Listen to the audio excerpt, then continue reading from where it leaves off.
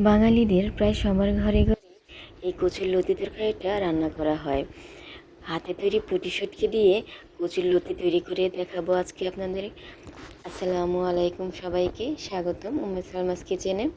আমি হাতের তৈরি কয়েকটি পুঁটি শুটকি নিয়ে নিয়েছি। এগুলোকে ভালো করে ধুয়ে কেটে নেব। আর নিয়ে নেব কয়েক কোয়া রসুন। এখানে রসুনের খোসা ছাড়িয়ে নিয়েছি।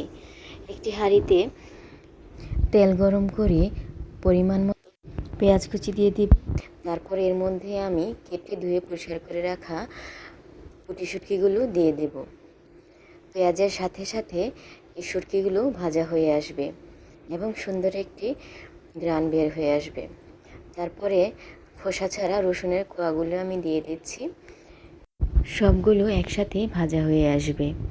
কিছুক্ষণ নেড়ে চেড়ে ভেজে নেওয়ার পর আমি এর মধ্যে হলুদের গুঁড়ো দিয়ে দিব। আমি এতে কোনো আদা রসুন বাটা ব্যবহার করিনি, আপনারা চাইলে শুধু রসুন বাটা ব্যবহার করতে পারেন। আমি যে রসুনের খোসা ছাড়ানো রসুনের কোয়াগুলো দিয়েছি তাতেই সুন্দর একটা ঘ্রাণ বের হবে।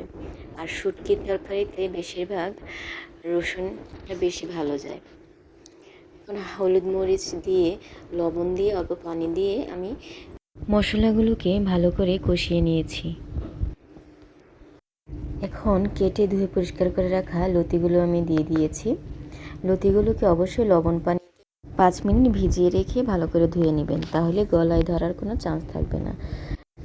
লতি কষানো হয়ে এলে আমি পরিমাণ মতো পানি দিয়ে দিব। খুব বেশি পানি দেব না, যাতে লতিগুলো ডুবে না যায়, একটু ভাসা ভাসা থাকবে। লতি তরকারি বিভিন্নভাবে রান্না করা যায়। আজ আমি আপনাদের সাথে একটি রেসিপি শেয়ার করেছি। ইনশাল্লাহ আগামীতে আরও কয়েকটি রেসিপি শেয়ার করব। ঝোলটা গাঢ় হয়ে আসছে। শেষের দিকে আমি চুলার আঁচটা লো টু মিডিয়াম রাখবো, যাতে আস্তে আস্তে লতিগুলো সিদ্ধ হয় কিন্তু গলে না যায়। দেখতে পাচ্ছেন লতিগুলো খুব সুন্দর সিদ্ধ হয়ে আসছে। আমি একটু উল্টে পাল্টে আবার একটু ঢেকে দেব। এই অবস্থায় ধনেপাতা কাঁচামরিচ দিয়ে আপনারা নামিয়ে ফেলতে পারেন। এর চেয়ে বেশি ভাজবো না, খুব সফট থাকবে, লতিগুলো ঝরঝরা থাকবে। তৈরি আমার লতি তরকারি। ভিতরে খুবই সফট হয়েছে এবং ঝরঝরা হয়েছে, একটি লতিও ভেঙে যায়নি। আপনারা অবশ্যই আমার দেখানো রেসিপি বাসায় ট্রাই করবেন, কমেন্টসে জানাবেন কেমন হলো। ভিডিও ভালো লাগলে অবশ্যই লাইক করবেন।